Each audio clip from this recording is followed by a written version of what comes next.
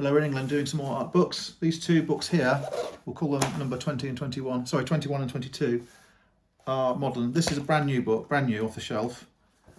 This is another one of these 20-year-old ones I bought off Oxfam. So we'll start with this one here, titled Revised and Updated Art, the Whole History by Farthing. The book is published by Thames and Hudson, and you'll find in England there are a few publishers doing these art books, and if you search not only by title, author, subject, you also search by publisher, then you'll find lots of books by accident you didn't know existed. And it's a good way of searching. You can search by size. If you want a big art book, you can search things like folio or large format. But I found using the publishers, it really opens up the choice. This book here is a compressed book about the art world, and that's an impossible task. And given I've been going through secondhand books largely to date on this channel, the subject in the old books was very much Western Europe. So it was French art, Italian art, bit of English art, bit of Spanish art, all sort of presented in one block. The problem nowadays is you've got art from India, you've got art from North America, South America, you have the art from Africa, the tribal stuff, you have the Japanese art, the Chinese art. These things were not particularly well studied when it comes to the art books of, say, 1950, 1900, 1850. So the subject has swollen up, and because this book has everything in it, everything global in it, because everything's there represented, you have these really compressed chapters. And for example, all the Michelangelo stuff is compressed massively into tiny little segments. So this book is not encyclopedic particularly because there's not enough space, but it does represent all the things you'd expect it to have in it. It has all the buzzwords and all the sort of token things, Guernica's in it, for example. And then you have the more abstract things, which perhaps are not art too much. For example, Pollock, which I hate, I think is awful. I mean, I would describe the pictures of Pollock as a decorative effect, not an artwork.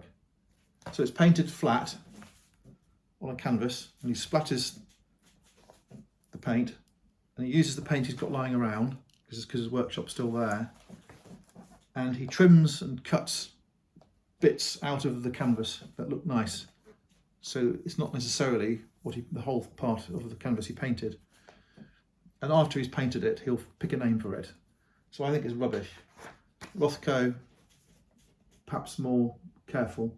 So going back to the book, you've got art classified with geography and date and style. And this is the problem with nowadays. This book is where the books are going. You have to include all these other things. Okay, I'll put that down. Next book. This is an old book, 1985 perhaps. Techniques of the Impressionists, Anthea Callan. So it's lost its dust jacket. It's a nice linen effect book, hardback, and Burlington Books, reprinted in 1987. So in this book, this is a really unusual book, because what this author lady has done is she's tackling this in a very unusual way. What she's trying to do is explain to you how to authenticate and the techniques that the artists use. So, for example, the invention of the paintbrush with a metal clasp meant the quality of painting improved, and the the paint could be applied more evenly.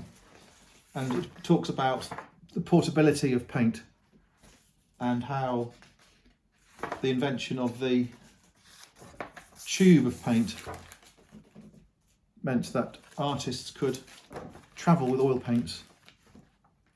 We've all seen obviously the little watercolour sets as well, the folding easels and all that sort of thing. This happens to be a cobalt, which is an English invention in terms of artist painting about 1840, and that is often used to date pictures that particular colour.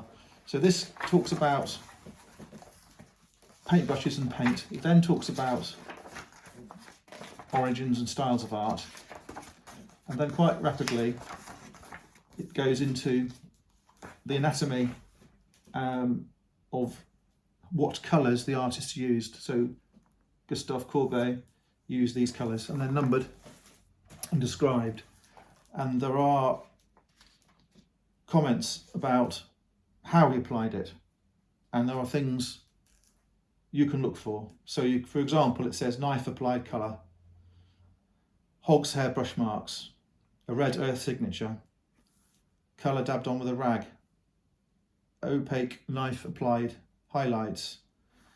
So every artist in this book, and there's a lot of them, has got these really interesting technical comments about how it was painted and the things you can look for to check it's the real thing. And they're all different. It's not just been sort of loaded up with the same narrative. This one here, Manet, Edouard Manet, this says red earth on red lead, blue tinged black paint. The trees have a opaque Viridian based green mixture with white brushed over on dry transparent green paint. So it's really interesting. It tells you the tricks of the trade, and it goes through, and these comments all seem different. So it's really considered and very helpful. So this book stands out alone in all the art books I've got so far, and I think it's very, very, very interesting. Goes through all the artists, Cézanne, Sisley, all the ones we've heard of, all the ones we haven't heard of, Manet again, Degas, and most of these artists are impressionist French, most of them in the 19th century. So very helpful. Okay, we've done 2 art books there. Thanks for looking.